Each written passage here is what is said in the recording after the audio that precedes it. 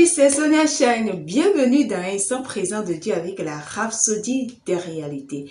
Comment est-ce que vous allez? J'espère que vous avez passé un bon week-end. Moi, en tout cas, je rends grâce à Dieu. Je suis très heureuse une fois de plus de vous retrouver pour ce nouveau rendez-vous de la parole de Dieu.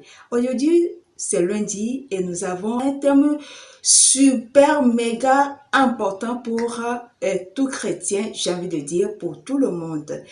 Le thème d'aujourd'hui est intitulé « Gouverné par l'amour ». L'amour. Je ne vais pas tarder. Le verset est, sinon, l'écriture autour de laquelle va se bâtir l'enseignement d'aujourd'hui est tirée du livre de 2 Pierre chapitre 1 verset 4. Là, il est écrit « Lesquels nous assurent de sa part les plus grandes et les plus précieuses promesses afin que par elles vous deveniez participants de la nature divine, fuyant la corruption qui existe dans le monde par la convoitise. » Alléluia. Pasteur demande l'enseignement comme suit. Il y a des choses qui peuvent affecter un chrétien. Ce ne sont pas des virus, des maladies, ni des infections. Car Jésus a sans équivoque déclaré que rien ne pourra vous nuire. Vous trouvez cela dans Luc chapitre 10 verset 19. Il y a certaines choses qui sont vraiment dangereuses pour le chrétien dont pasteur fait mention dans l'enseignement d'aujourd'hui. Il s'agit par exemple de la colère, l'amertume, la peur, l'incrédulité. Ces choses-là sont des ennemis du progrès, sont des ennemis pour l'épanouissement de la foi chrétienne. Un chrétien ne peut pas se laisser dominer par la colère et ne peut pas laisser l'amertume résider en lui. Parce que c'est contraire à notre nature, c'est contraire aux valeurs prônées par notre royaume. C'est clair, Jésus ne veut pas de telles choses négatives dans notre cœur. C'est pour cela qu'il a dit d'ailleurs dans Hébreux chapitre 12 verset 15 que « Veillez à ce que nul ne se prive de la grâce de Dieu, à ce qu'aucune racine d'amertume poussant des rejetons ne produise du trouble et que plusieurs n'en soient affectés. » Donc c'est clair, le chrétien est participant de la nature divine. Il a la vie et la nature de Dieu, la nature de l'amour, la nature de la justice. En fait, c'est ça la nature que nous avons héritée de Dieu. Souvenez-vous que le jour où nous avons fait de Jésus-Christ notre Sauveur et Seigneur personnel, nous cessons d'être celui que nous étions avant cette étape-là. Parce que à partir de cet instant, notre ancienne nature a été supplantée automatiquement par la nature divine, qui est la nature de Dieu, qui est la justice, l'amour. Ce sont les caractéristiques de la nature de Dieu. Donc, en tant que nouvelle créature, nous ne devons pas accommoder autre nature que celle-là que nous avons héritée de Dieu. Et c'est l'un des défis auxquels le chrétien est confronté aujourd'hui. Le manque d'amour.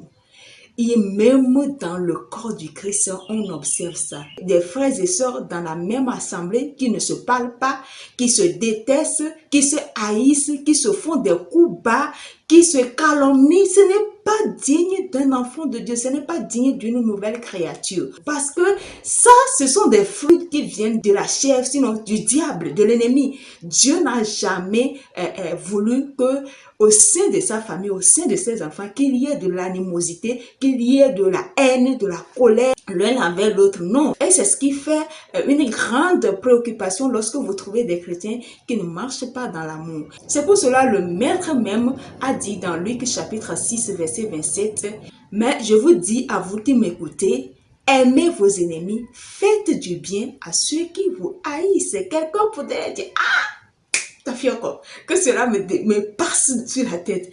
Comment quelqu'un qui me veut du mal, qui en veut à ma vie, je vais le pardonner ou bien je vais l'aimer. Non, ça jamais. Tu me fais, je te fais. » Un chrétien ne parle pas comme ça. Un chrétien, c'est quelqu'un qui est rempli d'amour. C'est l'incarnation de l'amour. Oui, c'est-à-dire que l'amour, c'est une âme vraiment puissante, invisible, mais qui fait beaucoup de dégâts dans le camp adverse.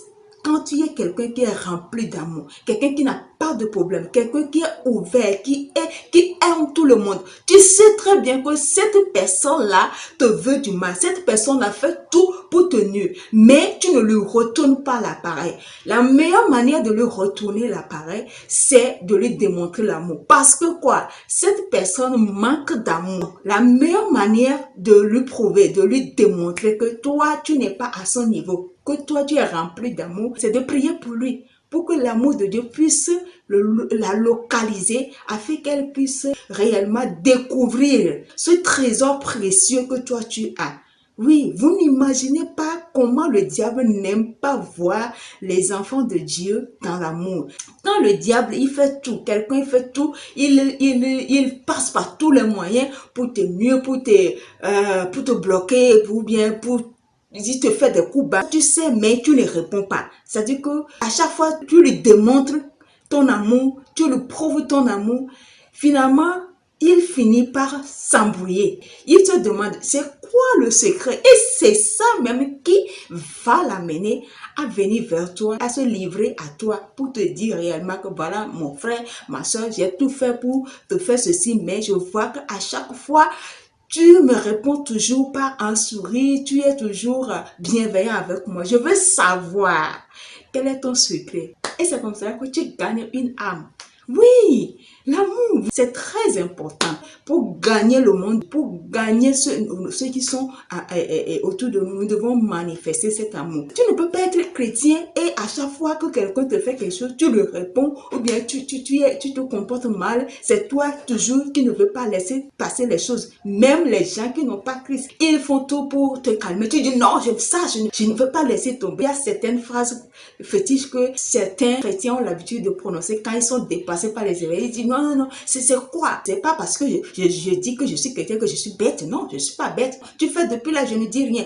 Toi, c'est trop, je vais te répondre. Non. C'est ce que le diable veut. C'est pour cela, il te pousse, il pousse le bouchon jusqu'à voir, jusqu'où tu te dis que tu aimes Dieu ou bien tu as l'amour de Dieu en toi. Et c'est là-bas malheureusement que beaucoup fléchissent, beaucoup tombent. Mais à partir de cet enseignement, j'espère qu'on ne va plus prêter le flanc au diable. Parce que l'amour règne, l'amour triomphe toujours. C'est-à-dire que quand vous marchez dans l'amour, vous devenez maître des circonstances. Vous devenez maître dans votre environnement. Vous devenez maître dans votre entourage. C'est-à-dire que les gens, ils ne vous cernent pas et ils ne peuvent jamais vous cerner. Limite, il y a certains même qui vous traitent de bête. Depuis, il te dit qu'il est chrétien, il est trop bête, il est là, on le triche. Tu veux nous montrer quoi? Ma soeur, mon frère, ouvre les yeux et regarde tout autour de ce qui se passe. Oui. Il voit tout ce qui se passe, elle voit tout ce qui se passe, mais elle décide de manifester l'amour. C'est son âme la plus redoutable. Donc, laissez-la, laissez-le tranquille. Un autre conseil que le maître Jésus-Christ nous donne dans Luc chapitre 6, verset 28, il dit, bénissez ceux qui vous maudissent, priez pour ceux qui vous maltraitent. Quelqu'un va dire, ça seul je ne peux pas. Bénis ceux qui me maudissent et prier pour ceux qui me maltraitent. Non, ça c'est trop me demander. Oui, c'est un conseil. Vous savez, il y a certaines bénédictions, tu ne peux jamais les avoir jusqu'à ce que tu changes de comportement, jusqu'à ce que tu commences par développer l'amour, bien manifester les fruits de l'amour. C'est un choix que tu fais, tu décides de ne pas être en colère. Quand bien même que la chose veut te pousser à bout, tu te rappelles de qui tu es. Tu fermes tes yeux, tu respires un coup et tu te dis, je refuse de m'énerver. Je suis calme. Je sais qui je suis. J'ai l'amour de Dieu en moi. Je manifeste l'amour tout autour de Dieu. La paix de Dieu qui surpasse toute connaissance réside dans mon cœur au nom puissant de Jésus. Tu décides d'être gracieux. Tu décides d'être gentil. Tu décides d'être affectueux comme notre Père céleste. Parce qu'il y a certaines choses, c'est seulement quand tu es content, quand tu décides de laisser tomber, de lâcher prise, de vivre dans l'amour, que des prières, certaines requêtes que tu fais depuis des années peuvent t'arriver. Peu importe ce qu'ils disent de vous ou contre vous, vous êtes imperturbable parce que vous êtes gouverné par l'amour. Que quelqu'un dise, je demeure dans l'amour. Je vis dans l'amour. Je refuse l'amertume. Je refuse la colère. Je suis en paix avec tout le monde. Alléluia. Voilà, c'est la fin de l'enseignement d'aujourd'hui. Nous allons prendre rapidement la prière et vous répéter après moi, s'il vous plaît. Vous allez dire, cher Père, merci pour ton amour liquide et éternel déversé sur nous. Maintenant, tu m'as transmis ton caractère d'amour pour bénir et impacter mon monde. Ton amour règne et domine dans mon cœur aujourd'hui et toujours. Au nom de Jésus. Amen. Donc, très rapidement, pour une étude approfondie au message du jour, vous allez lire Romains chapitre 13, verset 10, 1 Jean chapitre 4, verset 7 à 8, puis 1 Jean chapitre 4, verset 19 à 21. Pour une étude de la Bible en un an, les versets sont Marc chapitre 16, verset 1 à 20, puis Deutéronome chapitre 1 et chapitre 2. Enfin, pour une étude de la Bible en 2 ans, vous allez lire Actes chapitre 27, verset 21 à 31, puis Psaume chapitre 75, chapitre 76 et chapitre 77. Alléluia. Si c'est votre première fois de tomber sur cette vidéo et que vous savez que vous n'avez pas encore fait de Jésus votre sauveur et Seigneur personnel, c'est le moment de le faire. Car cette nature dont nous parlons, la nature divine, la nature de justice, la nature de l'amour que nous avons hérité du Père ne peut être possible que si vous avez fait de Jésus votre sauveur et Seigneur personnel. Et c'est le moment de le faire. Vous allez répéter ces paroles après moi. Ô Seigneur Dieu, je crois de tout mon cœur en Jésus-Christ, Fils du Dieu vivant. Je crois qu'il est mort pour moi et Dieu l'a ressuscité des morts. Je crois qu'il est vivant aujourd'hui. Je confesse de ma bouche que Jésus-Christ est le Seigneur de ma vie. À partir d'aujourd'hui, par lui et en son nom, j'ai la vie éternelle. Je suis né de nouveau. Merci Seigneur d'avoir sauvé mon âme. Je suis désormais un enfant de Dieu. Alléluia. Voilà, c'est tout pour aujourd'hui. Aimez la vidéo, partagez-la. Abonnez-vous à la page Facebook ainsi qu'à la chaîne YouTube de Instant Présent de Dieu avec la Rhapsodie des réalités.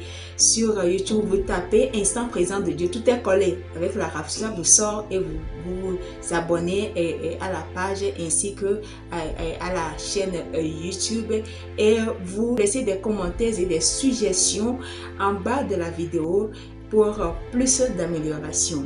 Je vous donne rendez-vous sur mercredi si Jésus tarde à revenir, bien sûr. Au revoir.